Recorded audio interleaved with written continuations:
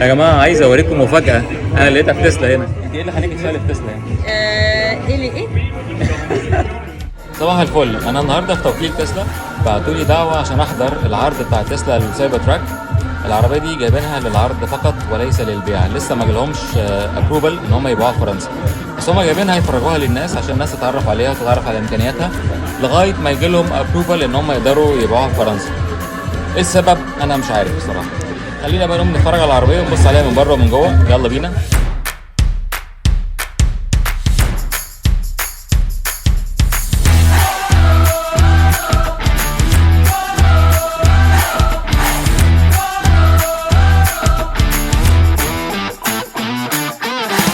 يا جماعه عايز اوريكم مفاجاه، انا لقيتها في تسلا هنا.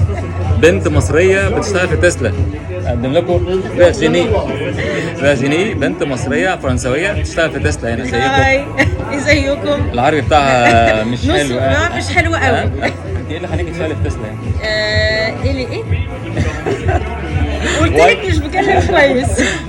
Why did you choose Tesla to work in it? Do you love cars or عشان only a job? التكنولوجي. لا التكنولوجي. التكنولوجي. عشان عجبني قوي اوكي. التكنولوجي.